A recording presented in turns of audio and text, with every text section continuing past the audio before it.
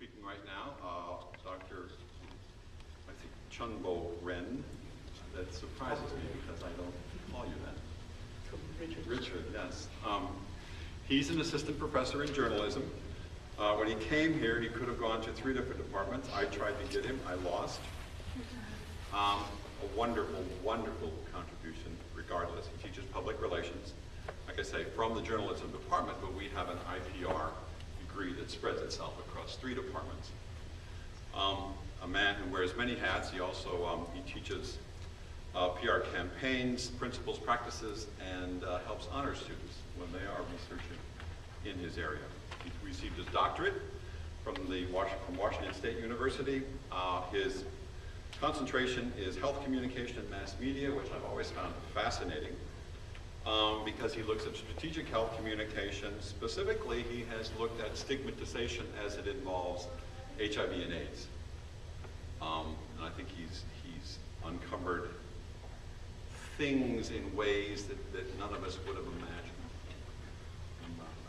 I'm very happy to have been at least been able to, watch this grow and understand your research. But his topic today is HIV stigmatization in media discourse and communication strategies to reduce HIV stigmatization in media. So, Dr. Red.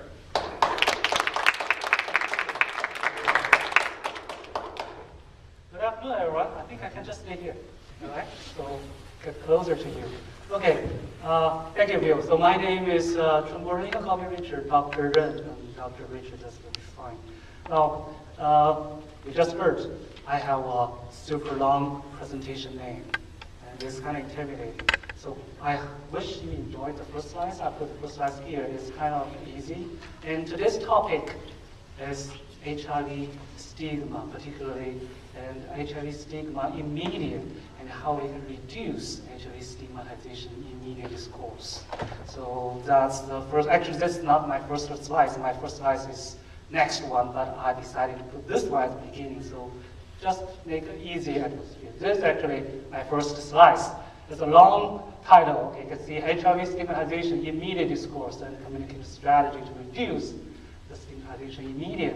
Well, actually, last December I received the invitation from the communication department, Dr. Weber, and she's not here today. She actually invited me, said, hey, we have this conference. Today's topic is, this conference topic is ethics, and we want somebody to talk about media ethics. And I said, okay, media ethics. My study is how media stigmatize HIV. And it's kind of ethics topic. She said, yes, come here, talk. I thought this is an academic conference. I went to academic conference a lot of times, so I just talk about academic research to the scholars. I said, oh, that's okay, that's fine. I just put together everything I have. I can talk to the audience. And later I found out, okay, the audience is not communication scholars, they're students. I said, oh my God, this is challenging. How to make that interesting? That's the thing. So, well, academic research to some of the students, it's not exciting. It's not fun. Okay, so if some of you have some sleeping problem, and I will give you my research papers, and you read it, and I believe after 10 minutes you will fall asleep. That's research sometimes, so I just feel, okay, I cannot talk that. And particularly 2 p.m., that's normally my time I take nap. So how to make you excited, not like this one. So I changed my strategy. I don't want to share the research findings, that's kind of boring. I want to tell stories. So it's a storytelling approach. And I hope you like it. So I just want to share my stories, how I do research, and those kind of individual stories. So this is me. Okay, so it's hard to find a picture from the website. So it's Asian style and I have glasses. So I am assistant professor of public relations in journalism department. Public relations, I teach public relations. However, as Bill said, I also a communication scholar. And this is my another title is health communication scholar, and my study is HIV stigma in media. So that's my research concentration. And every time I talk to people, I teach PR, and I do health communication research, HIV stigmatization. What? How can you make them together? How are they connected together? So that's my first story. And how I come from a PR professor, and also I teach the communications. Actually, this is what I am before.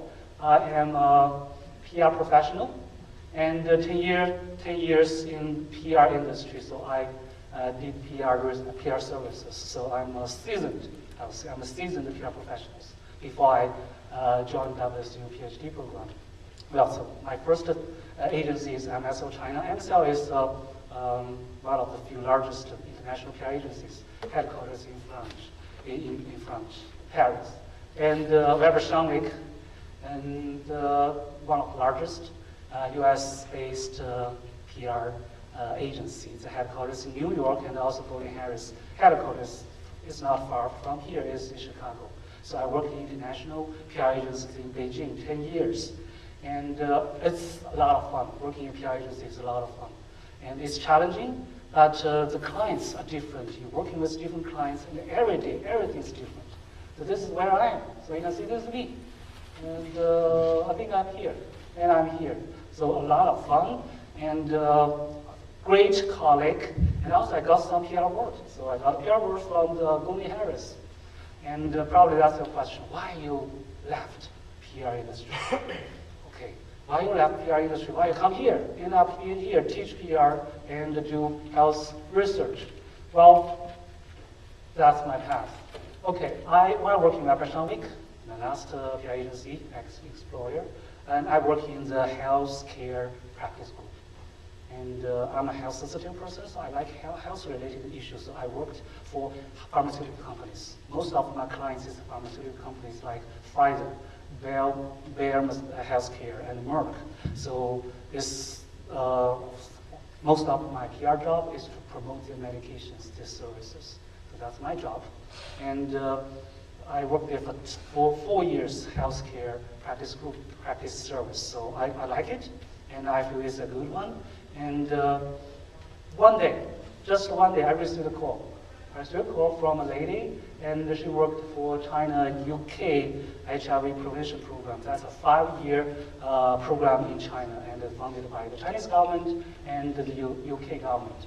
And this project was almost done, and they need somebody. They have a kind of a conference, and they need a PR agency, a service to promote their findings, the 5-year achievement.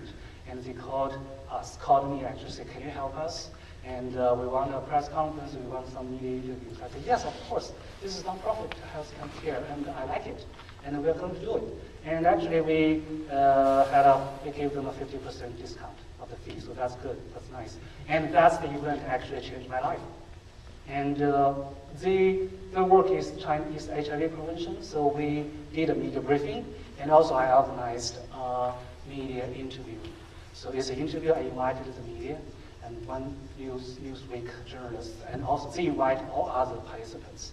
And that's the first time I see the people working in the HIV prevention in the field. And some of them, I never met them before. It's really hard for you to meet them. They're hard to reach population. The participants like the gay population and representative, and the sex worker representatives.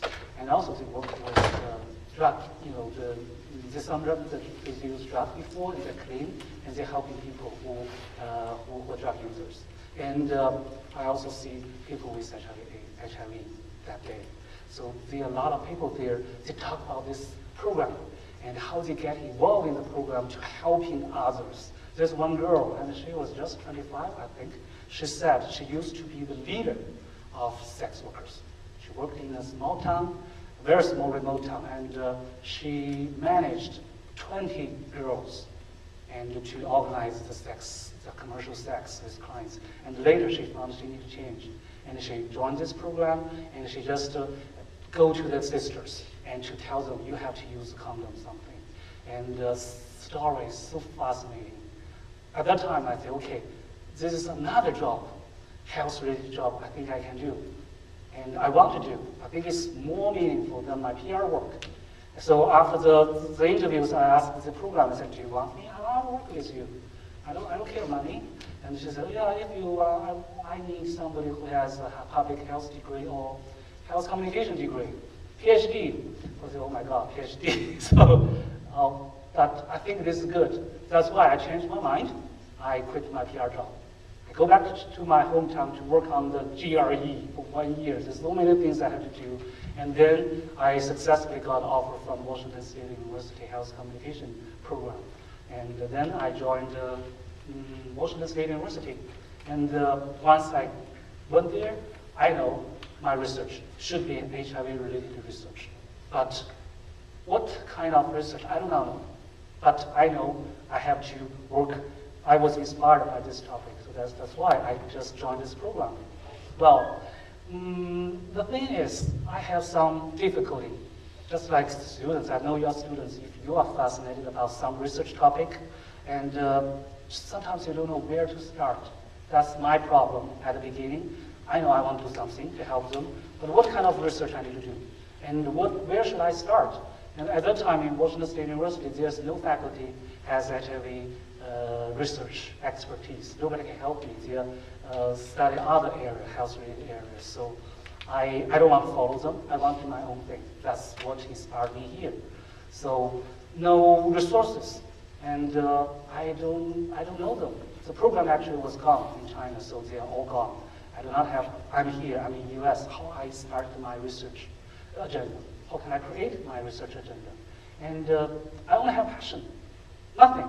So what should I do? I was so worried. At the first year, PhD year, I did nothing about HIV. And also there's some other things, the PhD program first year is so stressful, a lot of readings, no sleep. So, but I told me, you have to get started. Otherwise, 4 years will gone quickly, and you will do nothing. So I take advantage of some of the classes. And my second PhD year, we have a class, intercultural communication class. And there's, we are taught a lot of intercultural communication theories. There is one theory interested me. The theory is called the communication theory of identity. And according to the theory, people negotiate their identities in different levels. And at home, and you are son, you are the father, you are the husband, so you have no different identity. Come to the university, we are colleagues. I'm the teacher, you are the students. And in some group, in some community, then you are another community, you are another identity. So people negotiate their identities. And according to the theory, this theory can be used in a lot of health communication settings, including HIV. At that time, I read the word, HIV, oh, this is something I need to do. So that's my first time I think I should use this theory. So I think, okay, how about I use this theory to do something? Because the PhD program, if you take some PhD classes, they ask you to finish a research paper at the end of the class. It's so challenging. But after the semester, you will feel so proud of it. You can have the paper, you can submit to the conference. So that's the good thing of the communication course, PhD course. So I decided to get started to do something as my research paper, final semester paper. And I want to study the identity negotiation of people living with HIV. So that's what I want to do. But another problem is, what kind of data should I get? Where can I get those data? I'm in the US. I want to do something to help people in China. And where should I go? And the only thing I can get is the website, the online resources. So I searched around, then I think probably I can start from the web. And this is how to find the people living with HIVs. And I decided to study the survivor. And if there are any survivors who write something on the web, and I finally located two blogs written by people living with HIV in China. So 2 blogs, it's a long blog, and they wrote everything.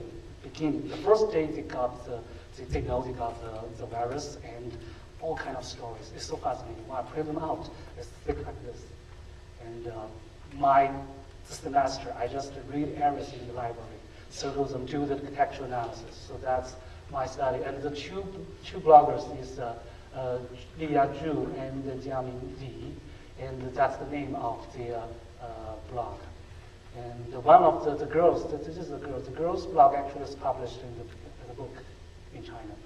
So I use textual analysis, and also I studied the reviews and the comments. So this is my first study, it's a qualitative study. However, it's my first, and it helped me what? Helped me to establish my literature. And that's the first time I know the stigma thing, because every story I read, I found that stigma. So I think, okay, probably HIV stigma. That's the area I should start with. So that's my story. And so talk about stigma. Some of the stigma, 101 stigma. The beginning, the word actually was Asian. It's used in ancient Greek. It's a Greek word. It is a mark. It is the body mark branded on the slaves and criminals. So it's like this. And all like that. So that's the mark. And tell people they're different. And also they're devalued. They're less than a normal people. And that's stigma at the beginning, so ancient Greek. Well, in the modern society, stigma is a social construction. And according to Goffman, it's an attribute that is deeply discrediting and includes two components. One is mark.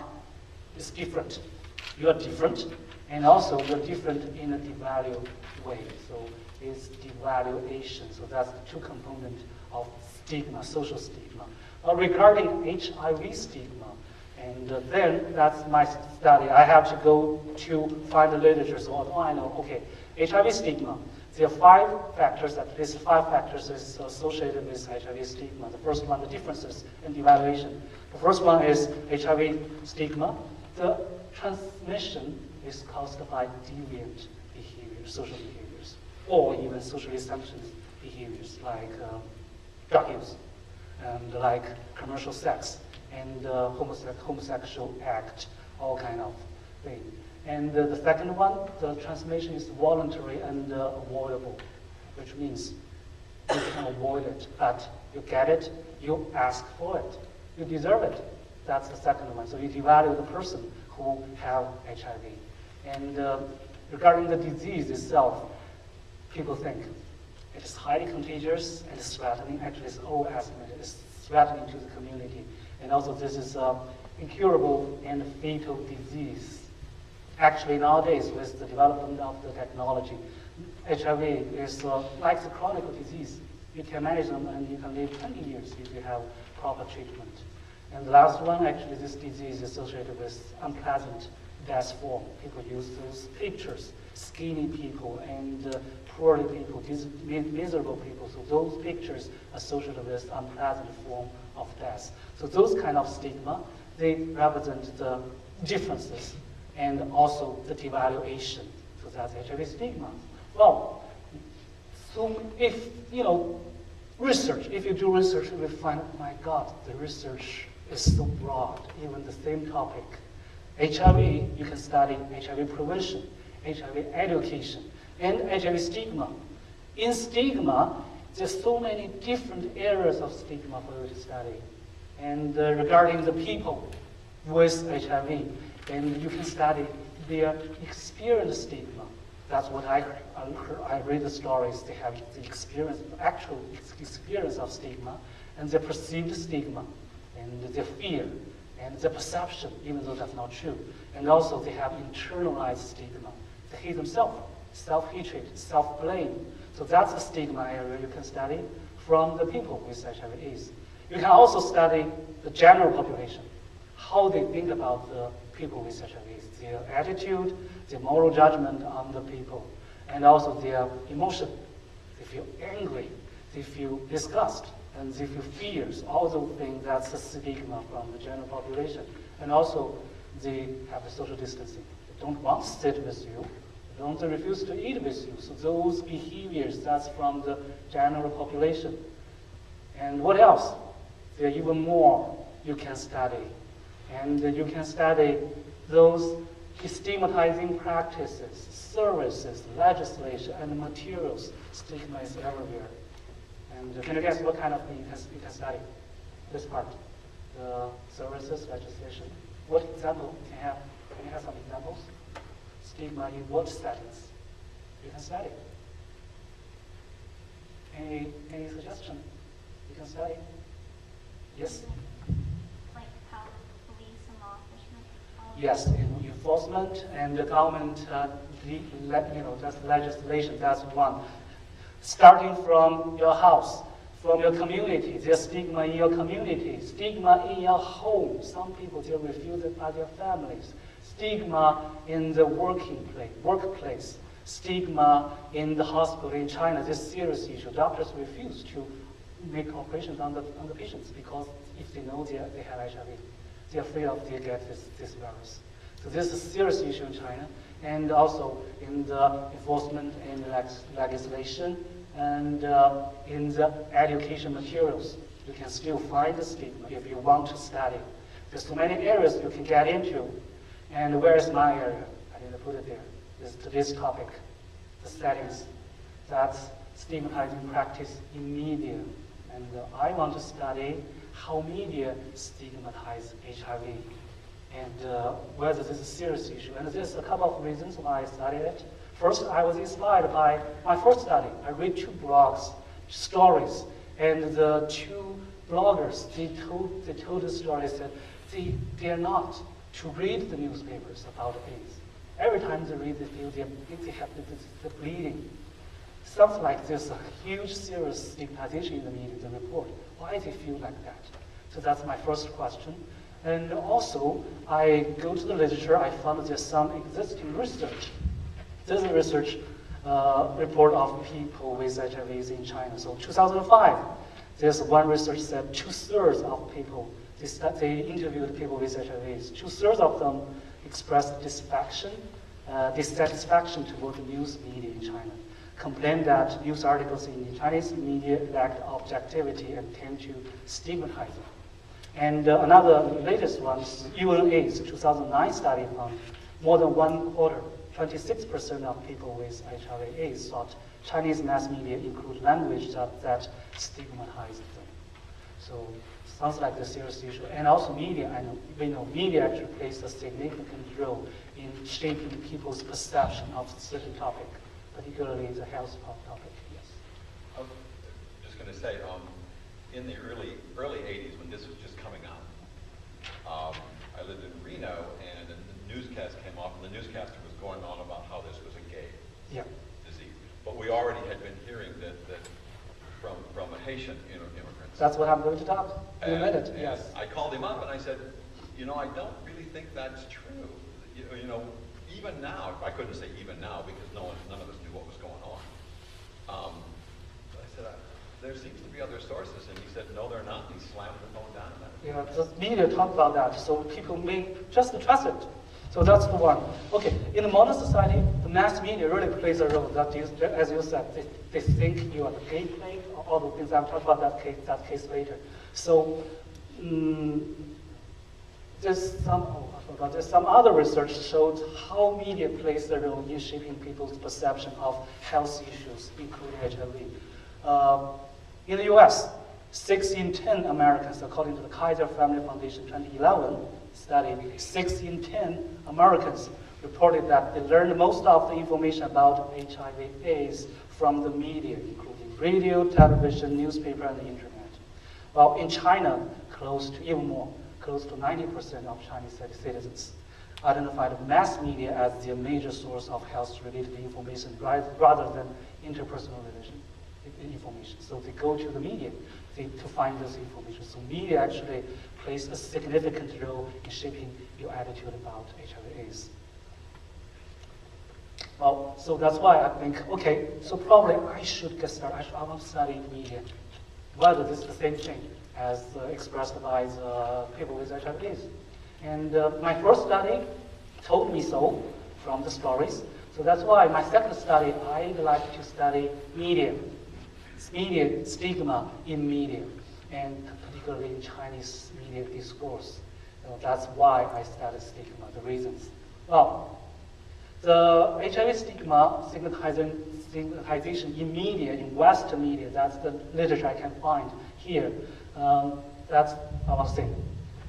Okay, that's the early media, their portrayal, their portrayal of the HIV/AIDS is represent actually a dichotomous relationship between healthy us and immortal unhealthy them. So there's us and them, description of this disease. Particularly they use the demeaning label 4H. What is 4H? At the early media, they use 4H to describe people living with HIV/AIDS. 4H. Actually, we'll talk about 2. Yeah. Haitian and homosexual. Yes, homosexuals, Asians, heroin users, and hemophiliacs. I don't know. They said only those people to get AIDS. And later they used the gay plague. That's the early phase of. Since the case was discovered, was reported in 1981, early media, the first several years, they used those terms to describe people with HIV and the disease. And there's a lady, Sontag. She was very interested in AIDS-related metaphor used in media. So, according to her study, she found there's just a lot of metaphors, but 2 important metaphors. One is military metaphor. And here, war against AIDS, that's a metaphor. And you read that kind of news probably, and sometimes journalists use those metaphors. And so what? Probably you have the question. I think this is maybe good. You ask journalists, the reporters, probably they will argue with you. I think this is a good term. I want to use it. It's a big term and people want to read it. Well, according to the study, if this is a war, you use the war metaphor, military metaphor, which means it involves the suppression, and the captives. I'm entitled to capture you, to torture you, to treat you in an inhuman way. So that's the war, military. It suggests something, give you a legitimate reason to the authorizations. You can do something toward those people. So that's the suggesting from the military one. Well, another metaphor she found is the plague and the revenge metaphor. Gay plague. So gay people created AIDS, and you deserve it because you engage in some kind of deviant social behaviors, and this is a punishment, revenge from the God. God punishment, revenge. So she found that some metaphors related to the HIV/AIDS often used by the media, in Western media. So you can quarantine them, separate them, and isolate them. In China, actually, 1998. This is People's Daily. That's the mouthpiece of Chinese Communist Party and the largest newspaper in China. In 1998, they have editorial, and it published 8 approaches to prevent the AIDS epidemic. One approach is to isolate people with HIV. It's clearly published in 1998 editorial. That's how the military, metaphor plays a role in this one. They can do that because they declare war against the disease. They should capture those people. That's the early media portrayal. Well, another thing is media framing. Media framing plays a role in describing HIV in media discourse. This is I think you learned media framing in your communication classes. So media, it is actually a way in which mainstream media, they select, package, and deliver the information about certain topic and let people know.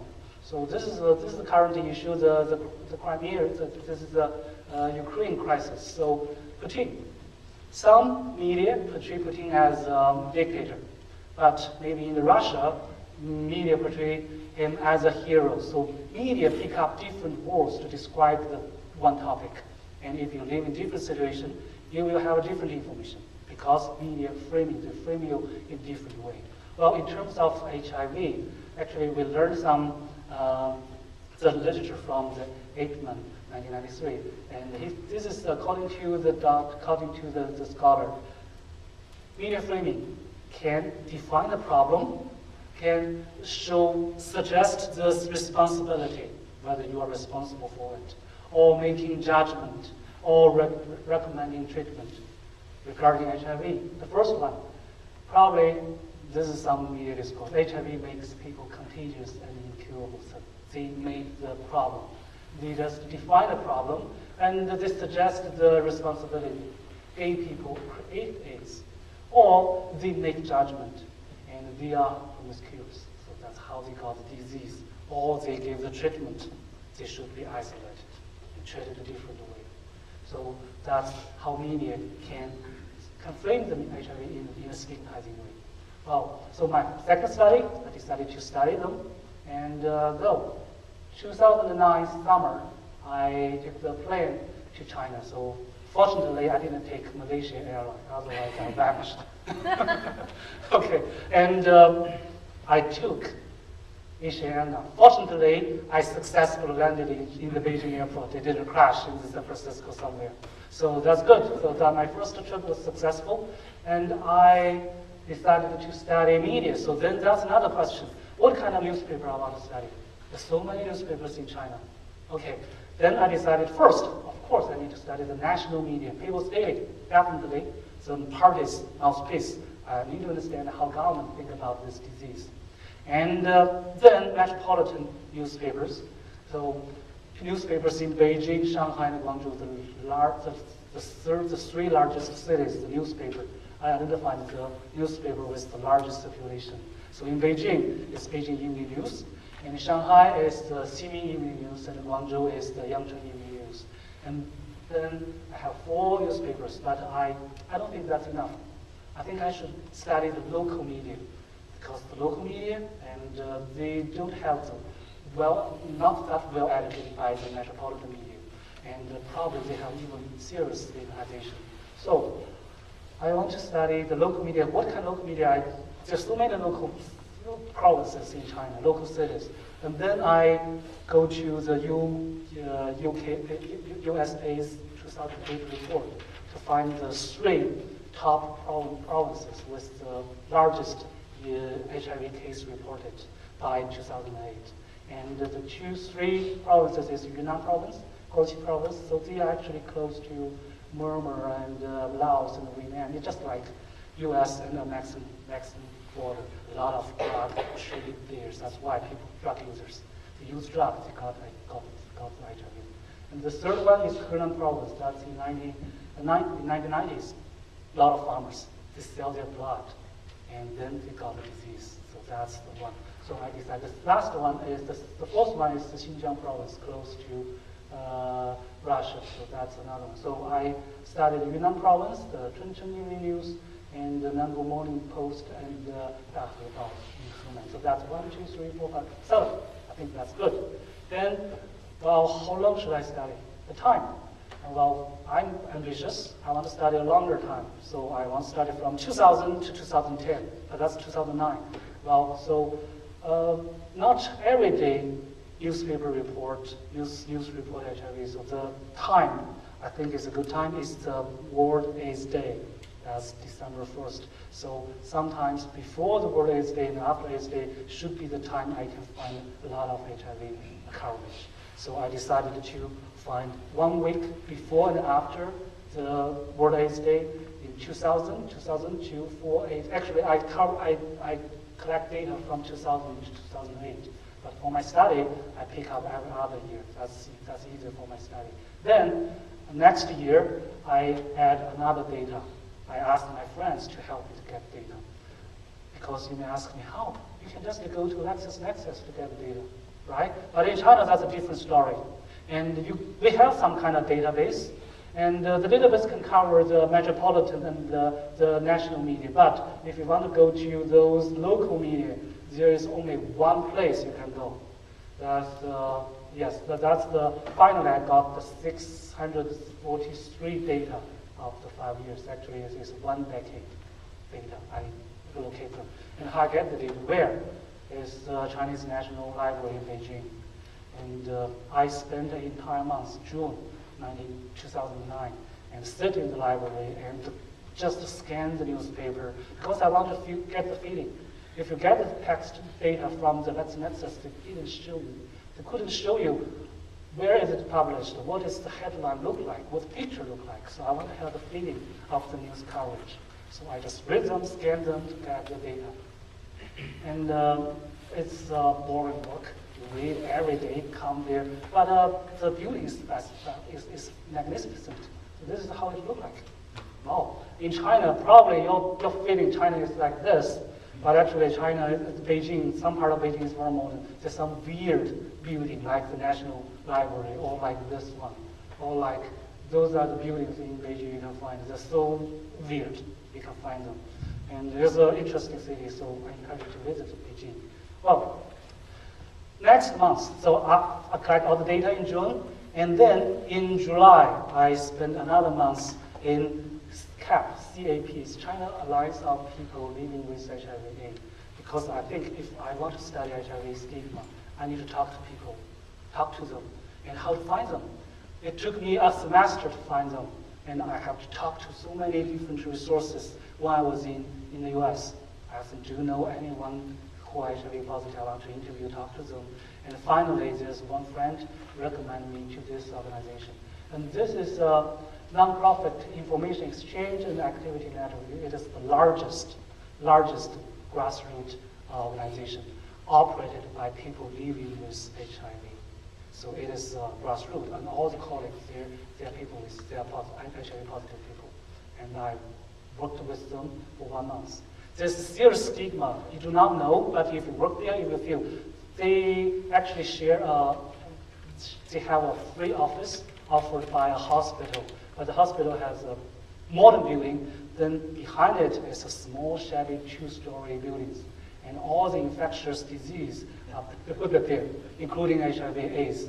And they asked for some delivery service. The delivery man actually refused to come up. They said, oh, you have to come down. And I gave you the package, and this is the package I gave to you, I'm happy to run. So that's the stigma you can feel immediately from people's response if you interact with them. And I made a lot of good friends there, and we have regular information. They helped me my next study. I will talk about that later. Oh, so get back to my study. I collect all the data, and then I add 2010 data, so I began to study the media. This is my key finding. Share with you the fact. So I collected 643 news stories. Then 31% of news stories I found include stigmatizing language. That's almost 1/3. And regarding the overtly stigmatizing language, like metaphors and terminologies, 1/4 of the news coverage includes that stigmatizing language. And 10%, more than 10%, they include the covertly stigmatizing language. And I will show you some case. For this one, overtly stigmatizing language, the metaphors. The metaphors in China I found, metaphors like the AIDS demon metaphors. They say this is demon. And the plague, and the super cancer, they overestimate the threatening of the disease. So all others like AIDS war, nuclear terrorist, poison, ghost, God punish, all those things. And many of them, they are on the headlines. So those are the headlines. This one is AIDS demon, AIDS demon, AIDS demon. And this one is keep away from century plague. This is control AIDS ghost. So those are on the titles. So just to show people this is so different, so intimidating disease. And it's stigma. The first thing is the difference. Show the difference and show you evaluate. And regarding the labels I found in China, media use labeling to label people with HIV. Use this disease as a label. You know, normally it's very hard to use disease to label people, right? So if I got flu, you cannot say you're flu boy, you're flu man, you're flu girl. But in China, they told them AIDS boy, AIDS girl, AIDS mom. So they use AIDS to label them. That's what I found. AIDS orphan. AIDS orphan. This is very troubling because some of the kids, they are healthy. And because their father and mother died of AIDS, they are healthy. However, if they are labeled as AIDS orphan, people think that they have HIV. And they will just, they will feel discrimination. And AIDS girl, AIDS baby, and AIDS couple, AIDS mother, AIDS village, AIDS carrier. So they use the label to just differentiate them. So those are the ones. So the Jiangxi man, married AIDS girl 4 years ago, and they were affected, and the kids also affected. This is the think about AIDS girl. Who will take care of AIDS orphan? The society should take care of AIDS orphan. This is very interesting. Invite AIDS couple home. So invite AIDS couple home. This is story actually anti-stigma. They want people to care AIDS people, so they invite the so-called healthy people to invite AIDS couple home to show some caring. However, in the title, they differentiate them, label them as AIDS couple. That's interesting. Also interesting in China, we found some terminology about key population at higher risk, like the homosexuals, sex workers, drug users. That's what we know. And we have this neutralized term in US is key population at high risk. But in China, this is the term. It's called, if we translate literally, it is as highly dangerous population. And that's 10% of the total news coverage shows highly dangerous population. And actually it is well adopted in the government documents, not only the media discourse. So it's troubling because when people think about the marginalized population, they think that they are highly dangerous, just to supply something here.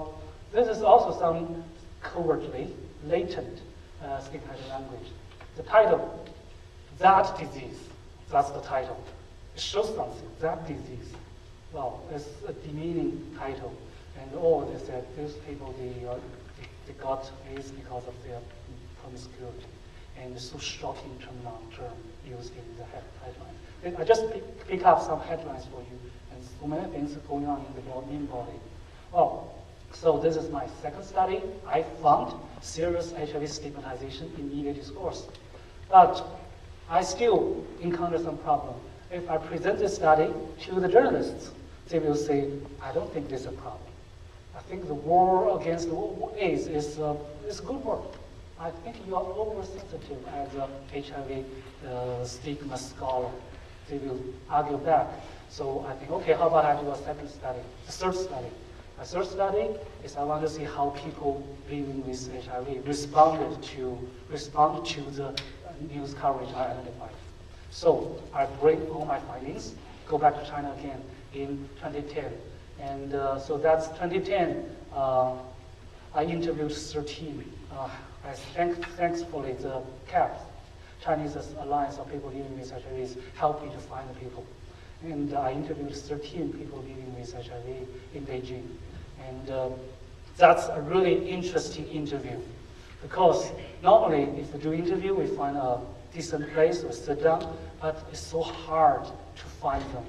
And all my interviews, I conduct interviews in the KFC restaurant, and in somebody's cars, and in the supermarket, in the market. And there's one boy actually. He didn't live in Beijing. He lived in the suburb. It's a satellite town in Beijing. So it took me 2 hours. I took the bus. It took me 2 hours to get him. And we received the interview. He received the interview in a park. In a park. So those interviews, when I ask questions to them, this is the findings I have. So how did they respond to them? Well, probably it's hard to read. Okay, so they feel, I can read here. They feel angry, depressed, helpless, speechless, uncomfortable, hurt, and unfair when they read the stories I pick up, I identify. And also, they lose confidence. There's one interview conducted in my home. I invited the people, the person to my home. And I did this interview, and after the interview, she told me, she signed. I said, this is really intense interview.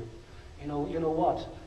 After this one, I have to go back to my doctor to reassure my confidence, because when I read those news stories, I feel I will die tomorrow.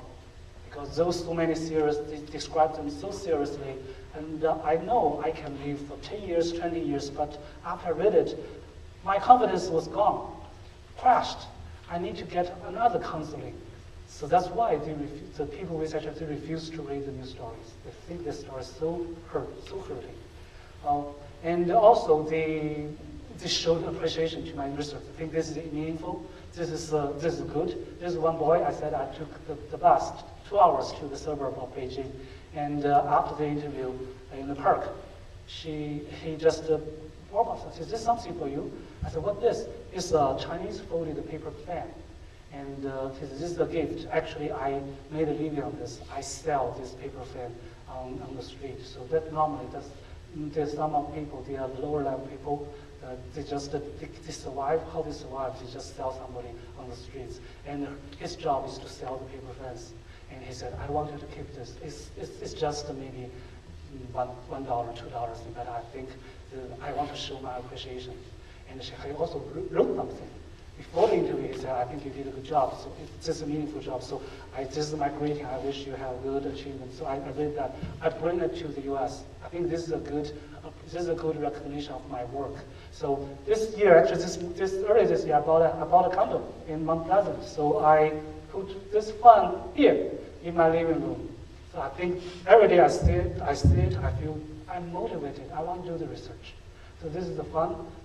It's here, so you cannot see. And every day I see it. I put it in a very, very obvious place. So that's my research stream. Then, I'm working on this study in qualitative research, and I'm going to submit to this year's NCA. Deadline is next Wednesday, so a lot of work this weekend. But I want to show this study. This is actually a continuation of this one. And it shows not only I, as a health communication scholar, found this serious HIV stigmatization in media. Also, I got confirmation from people living with HIV. They also say the same thing. And probably you will ask me another question, then what? And what am I going to do with this? If there is serious stigma, how am I going to change it? So that's my future study. My future study is a media advocacy campaign. It's a media education. I want to educate Chinese media, tell them there is a serious stigma. When you write, and your reporting actually hurts them. I want to tell them, let them know, and also I suggest them you should change your way to report the HIV disease and the people. So that's my study, and I submit my grant for the ORSP, the early career grant. I don't know, I'm just waiting for this is my plan. My plan is I want to use 1.5 years to develop a media brochure. It's a media education book. And so the first thing is I will put all the evidence I found from my study too. So this is the evidence based on my research, and this shows stigmatization. And then shows the why from the scholar's perspective. I use the literature, use the theory to tell this is why. That's the only one. I don't think, maybe they don't agree with me, they don't buy me. So I use my study stream and tell them the people living with HIV, their perspective, their stories, their feedback from my study stream. Tell them why those stories hurt them. And after that, I will show them the evidence. So I will suggest to use another way to report it. If this is the way you report it, this is the explanation, and this is stigma-free reporting. And I suggest to use some other word to report. So I try to develop a brochure. And then, of course, when I develop it, I will go back to China to discuss with the CAF, the association. So I involve the community. And so it's a collaboration with the scholars and the community. Then I want to see whether this intervention works. So I'm going to go to, first, I'm going to go to the journalism school in China. This is the top 1 journalism school, it's Renmin University. And I want to present this book to the journalists-to-be, the journalism major students. So I have a pre-test, and then I give them to read, maybe this one chapter, something like the curriculum chapter. After that, a post-test to see whether they reduce their stigma attitude and also correct their reporting. Have them to write something or identify something from a manipulated stigma news story. So if this media book works and shows significantly increase, decrease of something, and then I will promote this brochure. I will just put this brochure to the CAF, use it as a media education material. So they can use it to send to the media, and also they can be used by some government, by the NGO and some organizations. So that's my plan. That's my next 2 years plan. Even though if I cannot get the grant, I'll still go back to China to do that thing. because every time I go back to my home, I saw the font. So I think I should do. So that's my work. So I just tell this is a story, so it's a storytelling, and that's my research. I'm young, I'm new, not young. I'm new to CMU. 2 years ago, I'm still a student, just like you. So I just tell you the story, and if you want to do research, health communication research, and last semester I supervised a lot of honor students, and I lead a health-related research project. I think after that, Sam Papa is one of my students, and she will present a study I supervised her to do. So I saw so many students, they are so passionate about something. They want to change, make change, they want to do something, and you just need to do it.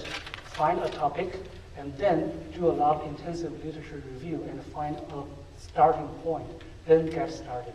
Then you will gradually establish a literature and just keep on doing. And you will feel accomplished sooner or later. So that's my story. Thank you very much. So,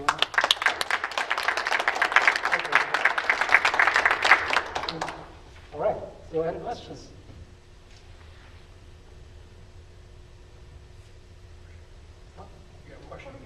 Oh, okay. What kind of, if you've looked into it, what specific suggestions do you expect to put in the brochure? For the brochure? Yes, for the stigma-free reporting. I will, first of all, of course, I will pick up all those. How about that? I will use the literature, of course. So I identified 5 ways people will stigmatize them, HIV transmission, and the disease itself. So regarding the disease, and this is how you report it. And then I explained why, because they treat them as super cancer. I said, no, we cannot report like that, because the HIV with nowadays technology, and HIV is curable. It's a long manageable disease. So you should not say it's a super cancer. It's super cancer, which means you will die eventually, but it's like a chronic disease. And the proper word should be a manageable, long manageable disease. So I will show them this is the one reason why they think so, and also with support from the PL people with HIVs. Then I will give them my suggestion. This is a stigma-free way to report it. So actually, I used the literature about 5 stigma and like the metaphors. So I will say this chapter is about metaphor, and those metaphors I found, and please don't use them. Why? And use something else. And the labeling, do not label them why and use something else. And the marginalized population, this is what you use, and why is not a good word, and use something else.